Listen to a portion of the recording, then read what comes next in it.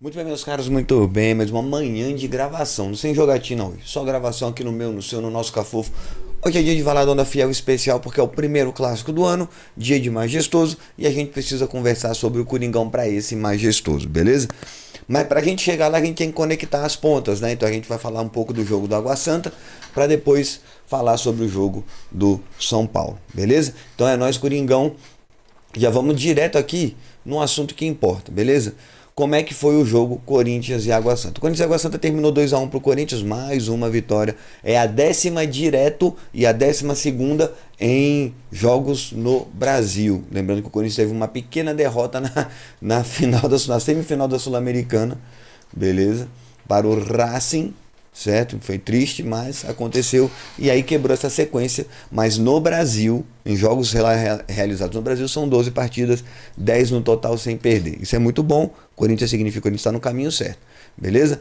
Vamos dar uma olhada aqui agora nos jogadores que marcaram o gol. O primeiro gol foi de Alex Santana, o segundo de João Pedro, beleza?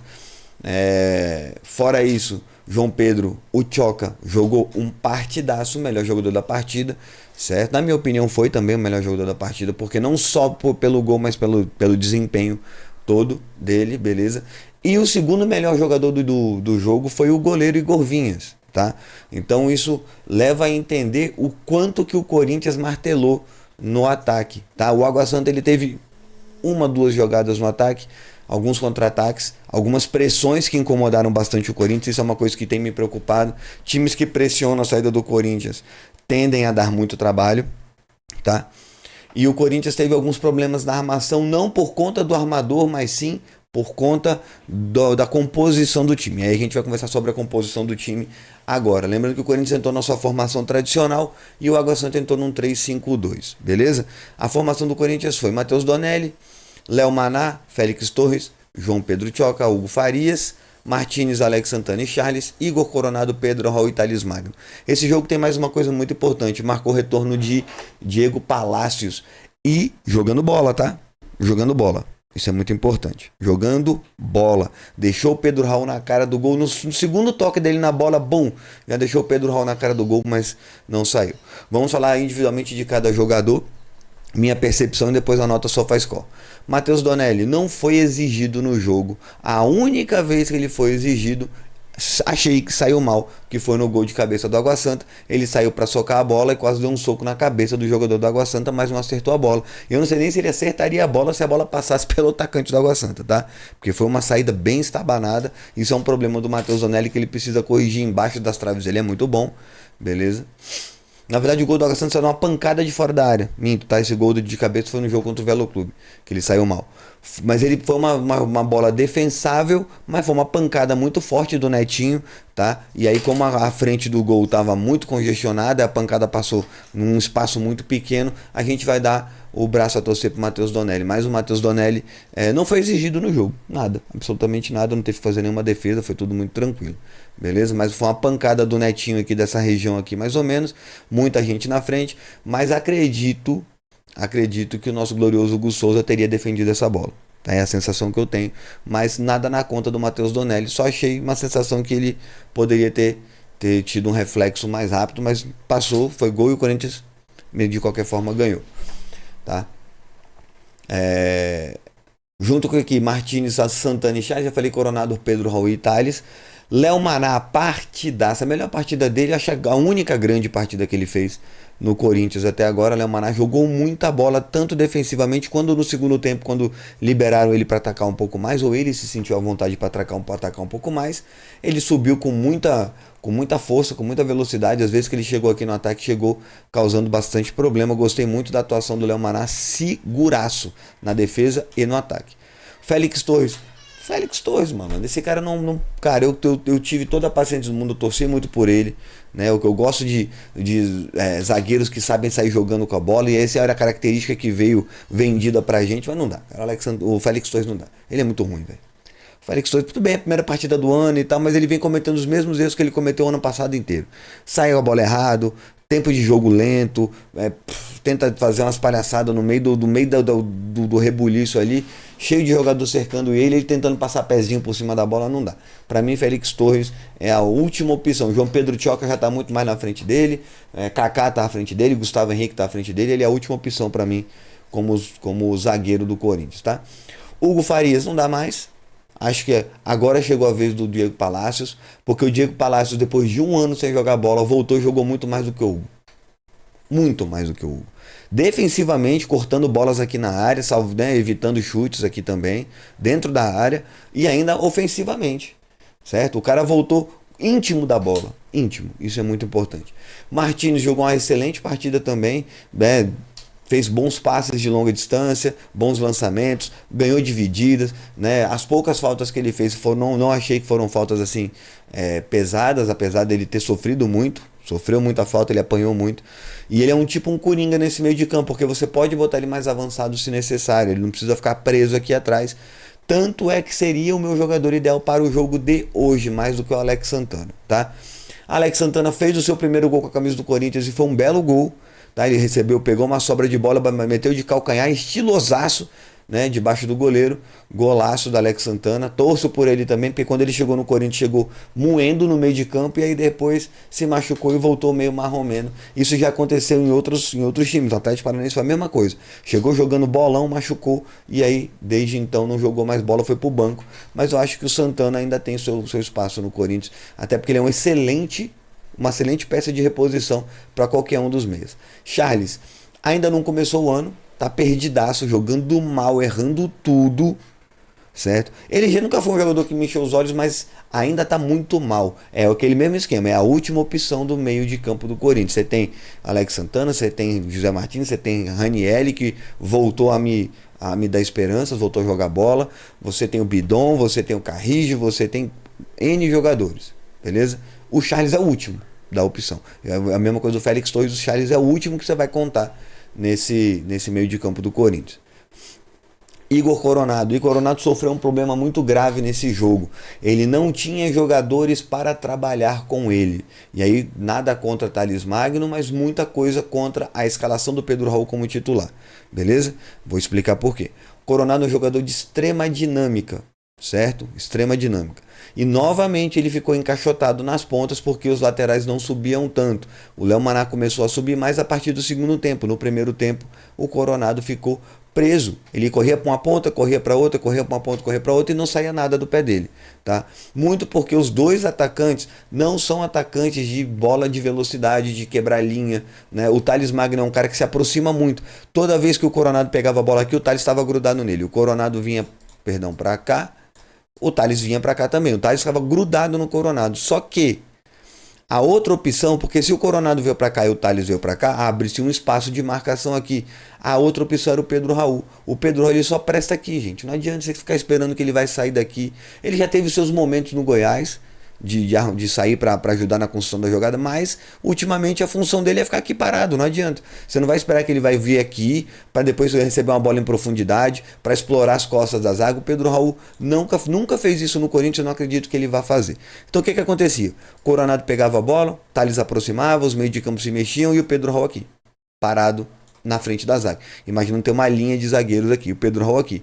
Certo? O Pedro Raul não voltava para dar opção e também não partia em velocidade para quebrar linhas. Coisa que, por exemplo, glorificou muito o futebol do Coronado. Era o Memphis saindo, o Yuri saindo, um dos dois se aproximava e o outro já explorava as costas da zaga. E aí é fácil você jogar com dois atacantes assim, né, velho? Mas, pô, vou pegar o Coronado, pega aqui. O Thales, é só o Thales que vem. O Pedro Raul não vem. O Pedro Raul ele meio que se esconde durante a partida. Se ele receber bola, ele está lá à disposição. Mas você não vê ele, por exemplo, explorando espaços. Não é do Pedro Raul. Não consigo imaginar ele fazendo isso no Corinthians. E aí você pega um Coronado, que jogou o primeiro tempo, né? Fez dois passes para gol. Um gol do Tioca e um gol do Alex Santana, que foram cruzamentos dele, né?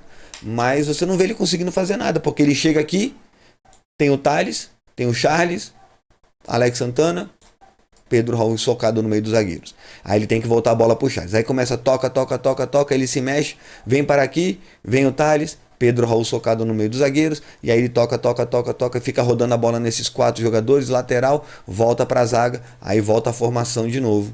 Thales Magno, Pedro Raul, Coronado. Aí ele continua, corre para um lado, corre para o outro, corre para um lado e não resolve, certo? Acho que isso vai mudar no jogo contra o São Paulo.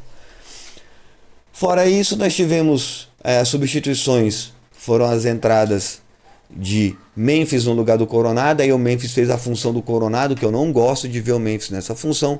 O Rian, que ganhou muito espaço na volta dele da lesão, porque ele é um jogador muito voluntarioso, tá sempre presente, tá? Ele tá sempre brigando. Então tá aqui, né, o Rian no lugar do Alex Santana, que saiu para descansar, fez seu golzinho, jogou bem. Olha a nota dele. O Memphis jogou muito bem quando entrou, apesar de estar errando alguns passos, mas errou por tentativa, né? Tentando fazer a bola se aprofundar, tentando fazer a bola chegar no pé dos atacantes.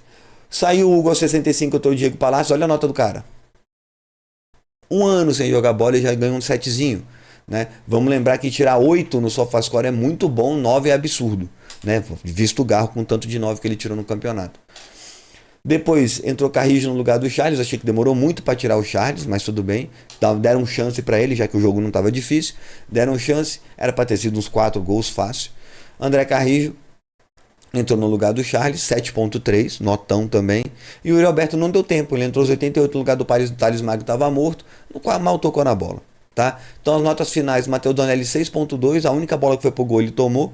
Léo Maná 7.3, jogou muita bola, parabéns pro Léo Maná. João Pedro 8.2, foi o cara da partida, cara. Esse moleque aqui, o Ramon Dias, falou que está impressionado com a evolução, o amadurecimento do João Pedro Tchoca. Temos um reforço no time, um zagueiro que veio para reforçar. E o moleque é bom, tá? Félix Torres 6.9, Hugo 6.7, Coronado 6.3, foi o que eu falei, jogou o primeiro tempo encaixotado nas laterais e não conseguiu produzir muito, mas torço muito por ele. Charles 6.8, jogou mal, não gostei dele, daria a nota menor para ele. Alex Santana 7.4, jogou muito bem também, além de ter feito o gol, né, correu muito, marcou bastante. Martini 7.3, acho que mereceu mais do que isso. Thales Magno 6.9 e Pedro Raul 6.6. Magno e Pedro Raul não fizeram absolutamente nada no jogo.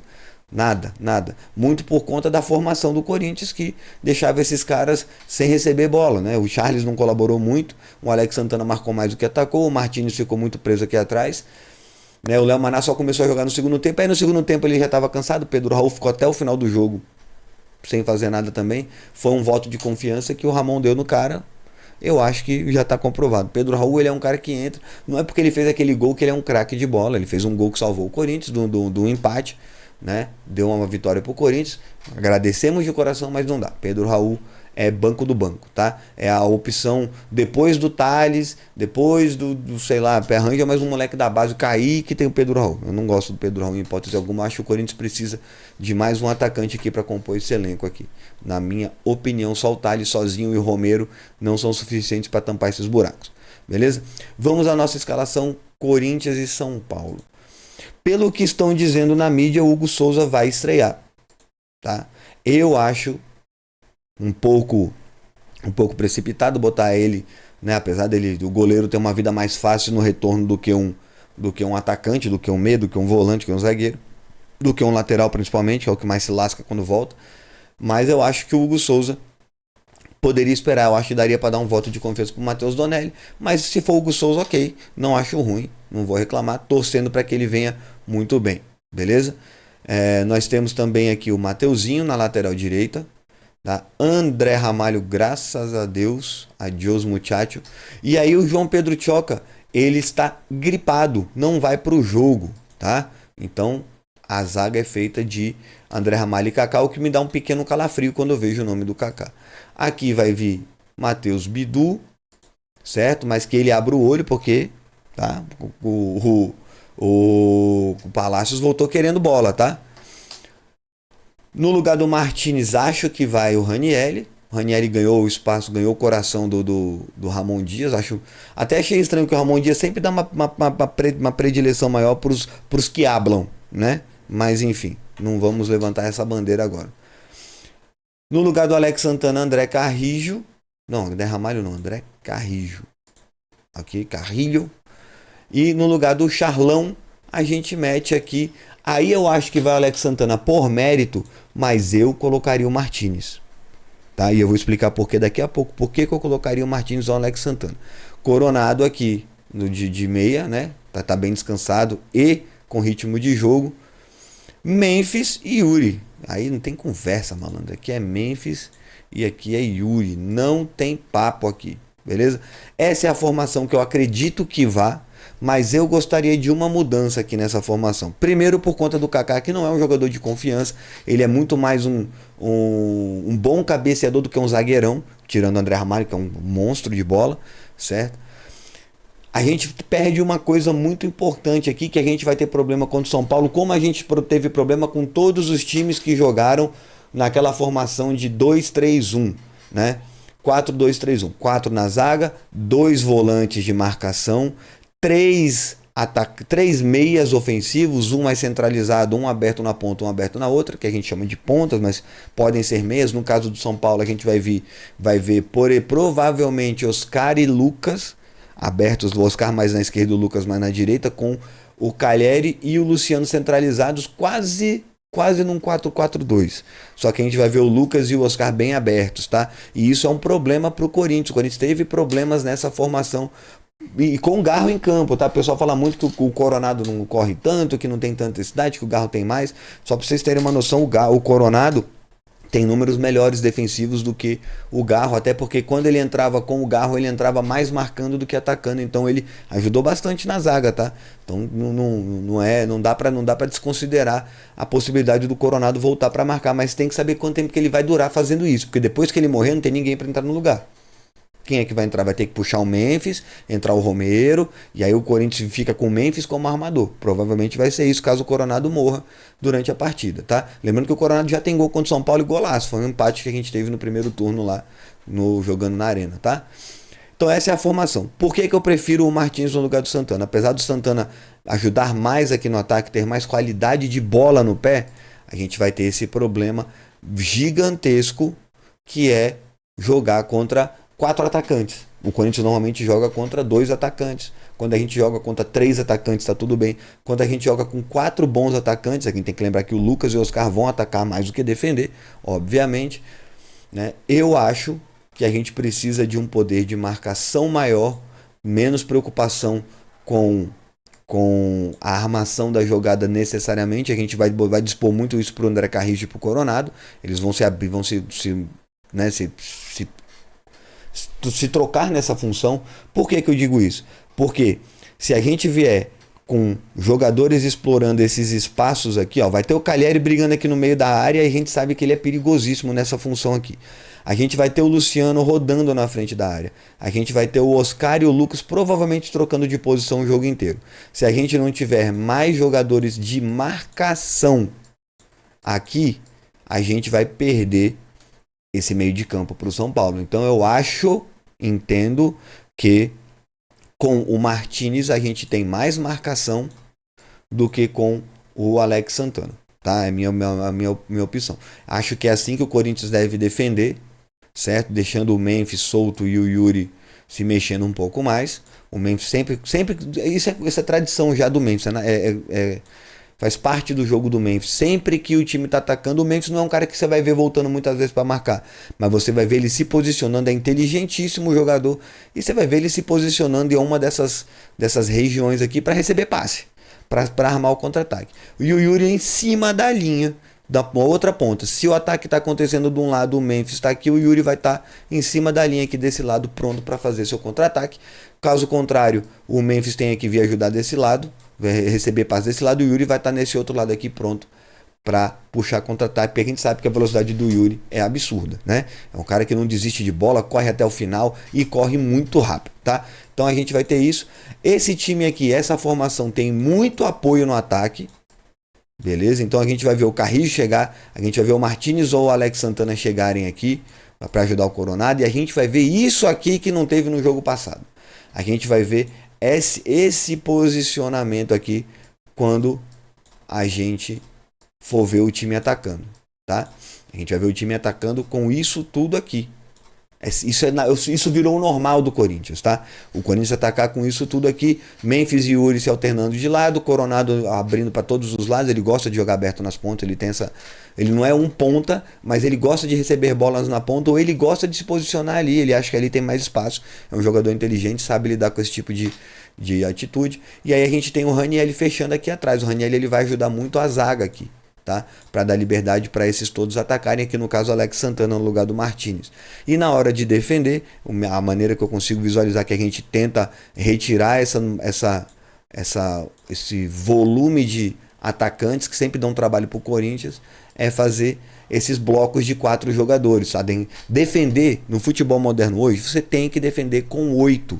Defender com 7 é deixar espaço. Você tem que defender com 8. Se você botar o André Ramalho e o Kaká aqui, só protegendo a passagem, brigando por bolas aéreas aqui, e botar Martinez, Raniel, Mateuzinho, Carrijo, Coronado e Bidu para criarem essa barreira gigantesca de 4 jogadores, são 4 jogadores criando uma barreira à frente de mais 4 jogadores. Você consegue proteger as laterais, aumenta o volume de jogadores aqui pressionando Oscar e Lucas. Esses caras você tem que pressionar. O Luciano é um presepeiro, mas que dá trabalho, mas ele vai ter que passar pelo meio aqui. E aí aqui você forma também, ó, quartetos, certo? E aí quando o time está atacando, o São Paulo for atacar pelo meio, você tem um quarteto aqui, certo? De proteção, que não vai deixar, por exemplo, Luciano solto aqui no meio, espero eu, beleza? E aí na hora de você armar o contra-ataque, você vai ter um Coronado ou um Carrijo aqui, que são excelentes passadores de bola, você vai ter um Memphis no meio e o Yuri flutuando aqui esperando o outro lado. Porque quando o Memphis vem para cá, vem 2 e deixa o espaço do Yuri no mano a mano com um aqui. Se a bola passar pro Yuri, meu amigo, velocidade extrema, vai chegar na cara do gol, beleza? Então essa é a minha análise do possível Corinthians e São Paulo. Espero que o Corinthians tenha um bom desempenho, beleza? E que a gente consiga manter essa toada de vitórias, de invencibilidade, não só de invencibilidade, mas de vitórias seguidas, tá? Não ficaria tão satisfeito com o empate, né, dada as circunstâncias. São Paulo ainda tá tá meio lento ainda tá se posicionando, tá tentando entender ainda, né? O Zubeldia, ele não é aquele treinador todo, então a gente também tem que levar isso em consideração. A gente não sabe como é que ele vai trabalhar os jogadores. Eu acho hoje o Ramon Dias e o Emiliano estão à frente do Zubeldia, né, em nível de controle de elenco, de grupo. O Zubeldia é muito chiliquenta, arranja confusão com o jogador também, então vamos ver. Tá, aí eu aguardo para que esse jogo seja um jogaço, pelo menos, que seja maneiro de ver e que saia com uma vitória do Coringão, é lógico, beleza? É isso, meus queridos, espero que vocês tenham curtido esse vídeo. Um grande abraço, fiquem de boa, que eu vou nessa, galera. Valeu!